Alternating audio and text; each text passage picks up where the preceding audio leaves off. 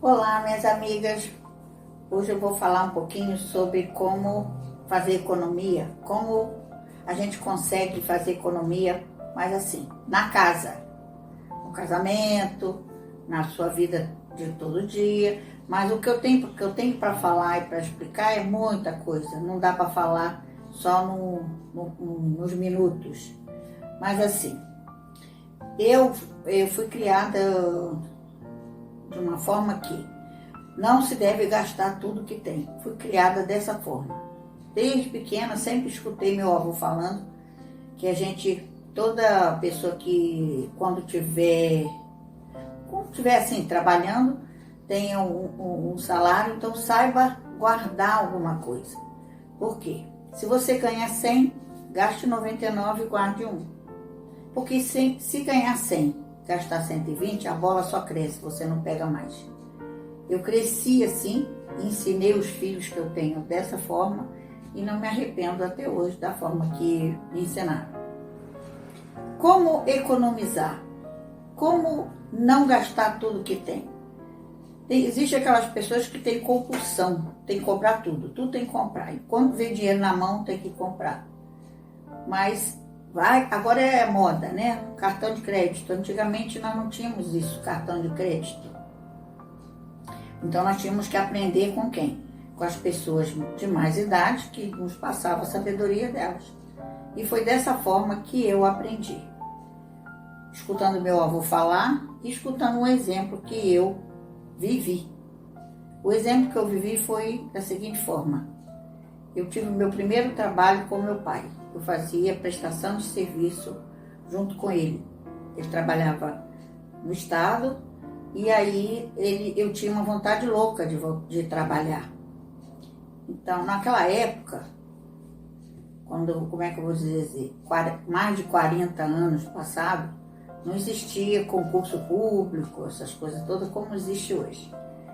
Então ele conversou lá com os chefes dele, com os chefes que ele tinha uma diretora maior e tinha os outros chefes que participavam e trabalhavam com ele. Então ele resolveu me colocar lá com eles para trabalhar. E primeiro ele perguntou à chefe dele se poderia fazer esse tipo de trabalho, porque eu tinha muita vontade de trabalhar. Eu tinha uns 18 anos. E aí a chefe perguntou o que eu sabia fazer. Naquela época eu só tinha o ginásio e só tinha o curso de datilografia. E ela disse que eu poderia ir lá para trabalhar junto com ele, que seria uma boa lá para eles. Mas que não seria o Estado que ia me pagar. Quem ia me pagar seria os pagadores, porque ele trabalhava na Secretaria de Finanças, então seriam os pagadores que ela ia arrecadar o dinheiro de cada um para pagar o salário a mim.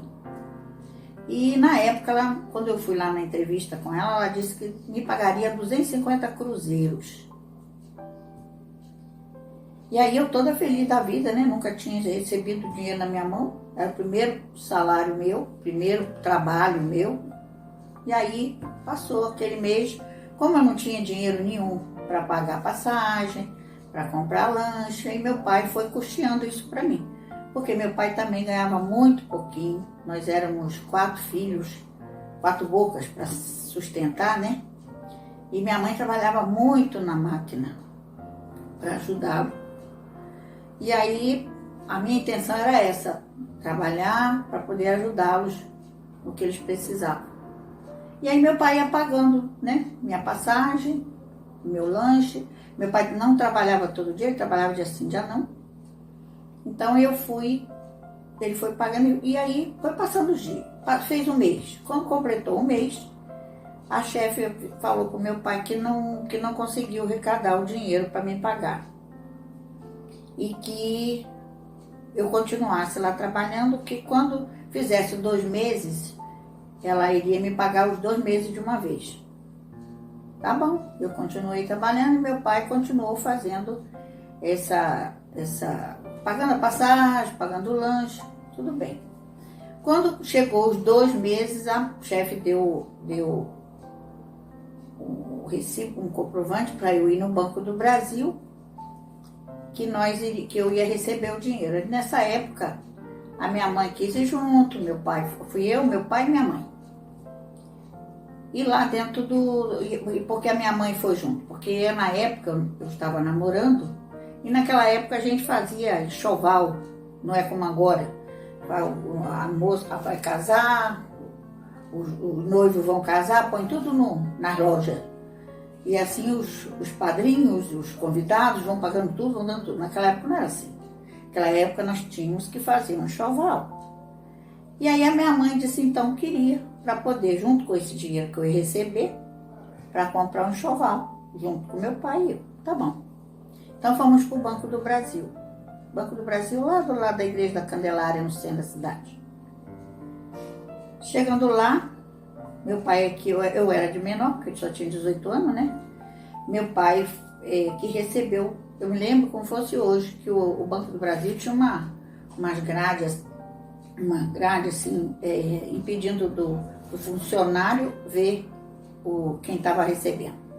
Então ele passou num envelope pardo, desse tamanho assim, por baixo assim daquela grade. Aí meu pai contou ali o dinheiro, eu assinei, meu pai assinou, porque era menor, e o pai tinha que assinar.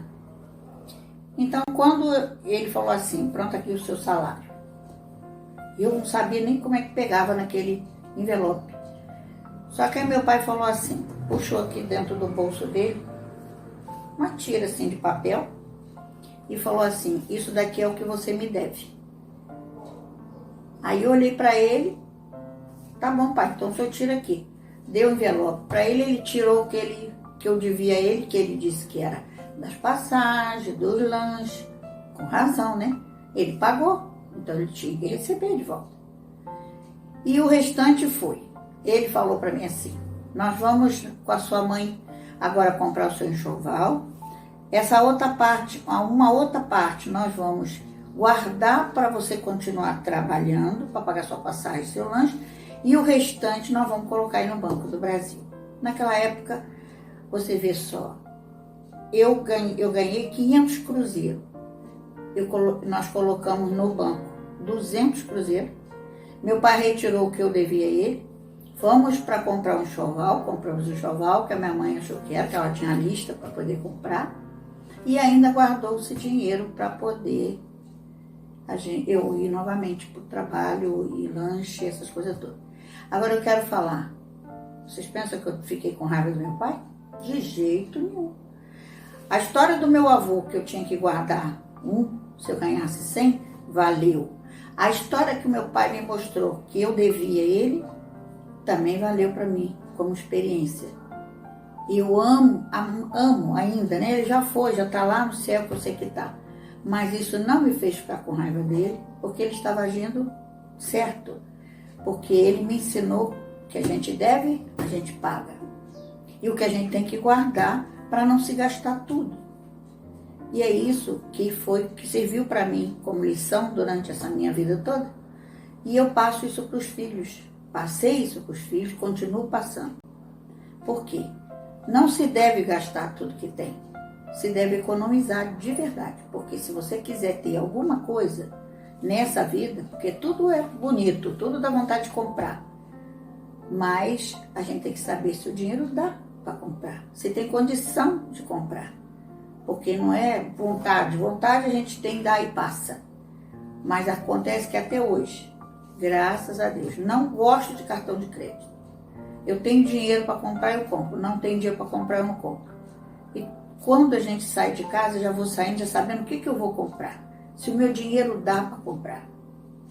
Isso daqui, que é a agenda que todo mundo costuma usar, isso a agenda já está na minha cabeça, eu não preciso de agenda. Mas as pessoas que têm compulsão de quer comprar tudo que dá vontade, tem que usar isso aqui. Por quê? Porque aqui é que eu ensinei aos filhos como que eles têm que fazer para poder não se embaralhar. Porque a gente tem que saber o que é prioridade para nós. Numa casa, prioridade é o quê? Paga-se as contas, todas as contas. Recebe pagamento, paga essas contas, para não dever nada a ninguém. O segundo item, você tem que comprar o quê? Comida. Senão, como é que você vai comer? Sobrou alguma coisa? Se sobrou alguma coisa, não se gasta tudo. Está precisando de comprar alguma coisa a mais? compra-se. Não está precisando, não precisa gastar. Guarda, é o que o meu avô falava no 99 Guarda 1, é uma forma de ensinar como que se tem que guardar. E não me arrependo da forma que eu ajo, que eu agi e que eu continuo agindo. Porque é dessa forma que eu vivo a minha vida. Não devo nada a ninguém, nunca passei um cheque sem fundo, nunca passei a perna em ninguém. E tudo que eu tenho é meu, é comprado, não foi ninguém que me deu. Eu comprei, trabalhei muito para ter. Não tem muito não, porque a gente precisa montar um tesouro nessa vida não. Sabe por quê? A gente vai embora, vai ficar tudo aqui. Mas quando você for na rua, se você quiser ter alguma coisa no final do mês ainda, assim, uma sobrinha, já que você ganha muito pouco, eu tenho nessa... Eu fiz isso aqui de um cofre. E esse aqui outrozinho pequenininho. Aqui, toda vez que eu vou na rua, que eu faço uma compra, que sobra R$1,50, eu coloco aqui. Aqui, se sobra 25 centavos, eu coloco aqui. E é assim que eu vivo. No final, fiz um propósito. No primeiro dia do ano, primeiro dia de janeiro, eu coloco uma moeda em cada um. Aqui de R$1,50, aqui de 5 centavos. Vamos ver se até o final do ano eu consigo juntar aqui R$365. Passa, mas eu esqueço que eles existem. Eu não vou lá. Precisei de algum, eu não vou lá. Não, eu não tenho nada aqui. Na minha cabeça eu coloco, aqui eu não tenho nada. É assim que eu vivo. Mas eu gostaria de passar muitas outras coisas que daqui para frente eu não vou passar, porque hoje não dá mais tempo. Eu espero que vocês tenham entendido e tenham gostado desse meu vídeo de hoje. Mas eu prometo que eu vou continuar dando dicas de como você economiza dentro de casa. E também no dia a dia de mulher, porque a mulher gosta de gastar dinheiro, né? É porque ela não se veste para ela. Ela se veste para outra mulher, porque a mulher repara na outra tudo. O homem não repara em nada, mas a mulher repara. Repara se está o cabelo bonito, se está feita a unha, se está com a roupa bonita, se aquela roupa não foi repetida, se já foi no céu. Mulher é assim mesmo. Ela se veste para outras mulheres, não para o homem, porque o homem não repara isso. O homem repara o que ela tem dentro dela, o que ela é. E é isso aí. Um beijo grande. Até a próxima, mas eu vou continuar passando, tá bom? Tchau, tchau.